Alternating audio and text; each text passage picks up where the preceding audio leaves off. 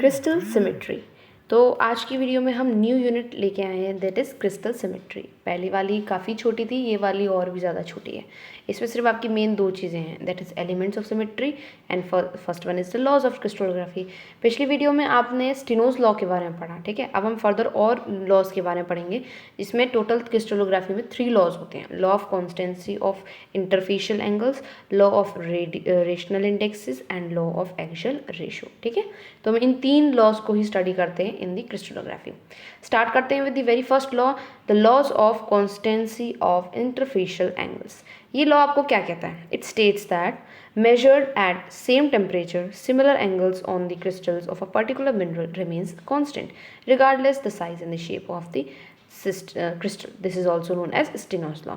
So यही वही चीज़ है जो आपने पिछले स्टेनोस लॉ में पढ़ी थी। मैं एक और बार रिवाइंड कर देती हूँ।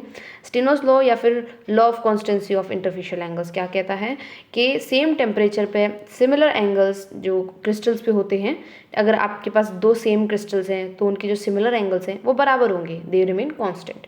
सो इस नॉर्मल फैक्ट है, अगर आपके पास दो नॉर्मल क्रिस्टल्स हैं और उनके आप सेम एंगल्स को मेजर कर रहे हो, so they will comes out to be constant, same ही रहेंगे। तो इसको हम क्या कहते हैं? Steno's law. आगे बढ़ते हैं, लॉ ऑफ रेशियल इंडेक्सेस। इसमें क्या होता है? It states that the indexes on any crystal face are always a rational number and are determined by dividing the intercepts of parameter plane and clearing the fractions. जो indexes होते हैं एक crystal faces के, जो indexes होते हैं, indexes means जो हम लेंथ लेते हैं ए बी सी, जो हम एक क्रिस्टल की लेंथ लेते हैं, वो सब रेशनल नंबर्स के अंडर ही आती हैं।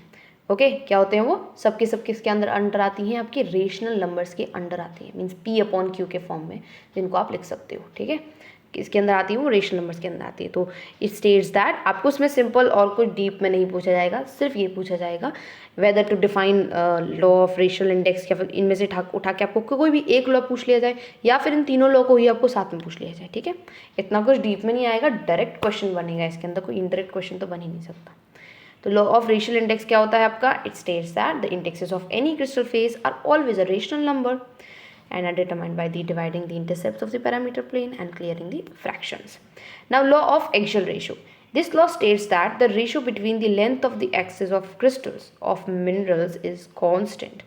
मतलब कि जो रेशो होता है एक्सिस की क्रिस्टल्स की लेंथ में, वो हमेशा ही कांस्टेंट रहता है।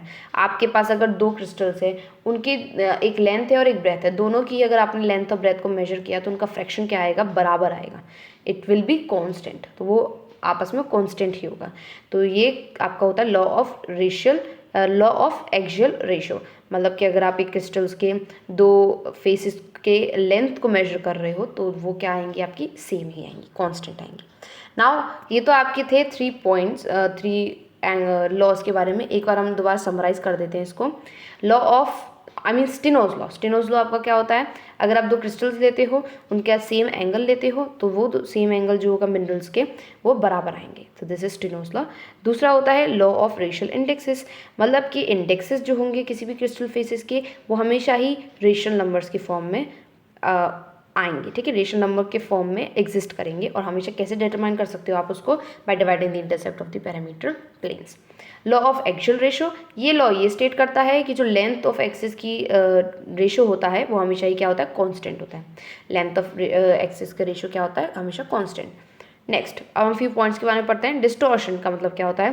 डिस्टॉर्शन में be produce because of either more supply of material from one direction of crystallization under the pressure from one direction is limited space. Distortion मतलब कि कुछ गड़बड़ हो जाना, या कह सकते हैं स्ट्रक्चर में कुछ खराबी हो जाना। तो ये किस वजह से होता है? जब एक क्रिस्टल सरफेस या मटेरियल के एक साइड पे ज़्यादा क्रिस्टलाइजेशन हो जाए और वहीं दूसरी साइड पे कम क्रिस्टलाइजेशन हो, तो क्रिस्टल्स जो होते हैं वो डिस्टॉर्ट हो सकते हैं, ठीक है। उनमें डिस्टॉर्शन क्रिएट हो जाता है।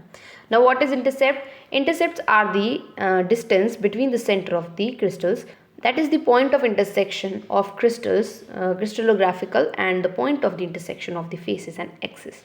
Intercepts distance होता है किसके बीच में? सेंटर ऑफ क्रिस्टल के बीच में, और किसके बीच में?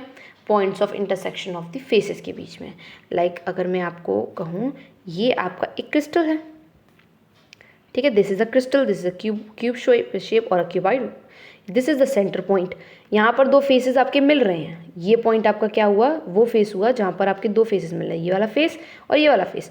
तो इनके बीच का जो डिस्टेंस होगा वो आपका होगा इंटरसेप्ट।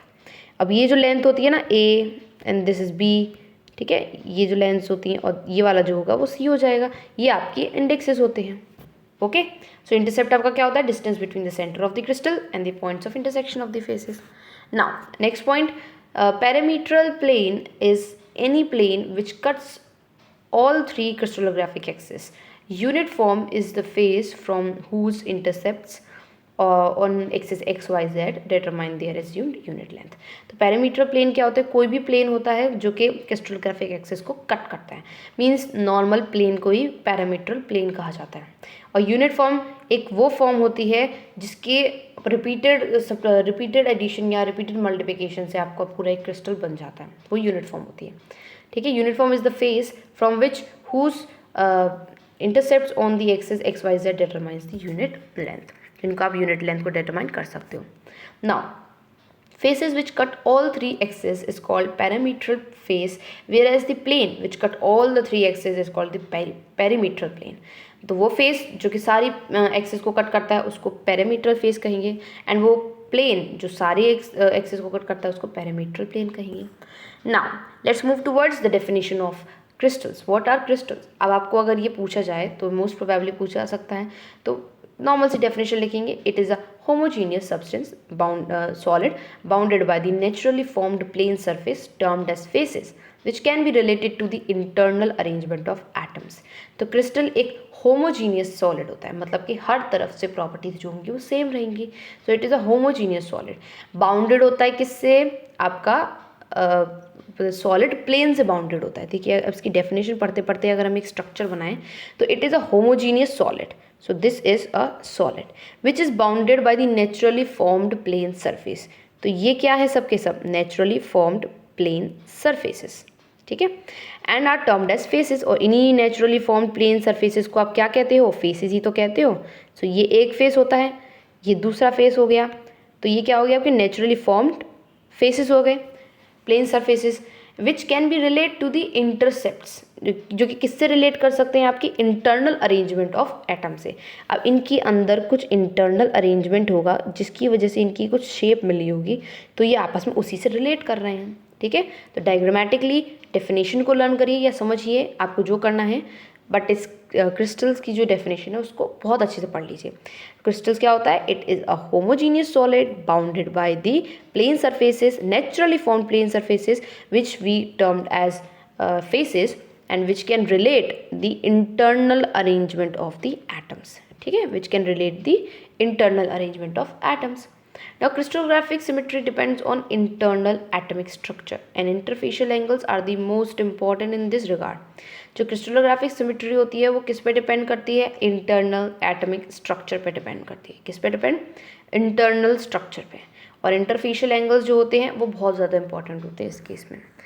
Now नेक्स्ट पे मूव करते हैं, what is axial ratio? It is defined as the ratio of the length of crystallographic axis of a crystal which is expressed in terms of one horizontal axis.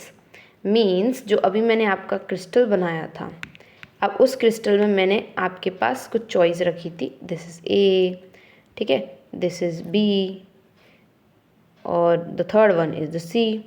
तो ये जो A B C है यही आपकी axis होती हैं या axial lines होती हैं, इन्हीं का रेशो जो होता है उसी को एक्सियल रेशो कहेंगे। So it is defined as the ratio of length of crystallographic axis of the crystal which is expressed in terms of one of the horizontal axis. Now axial plane क्या होता है, it is the plane that divides the all the crystal into two halves.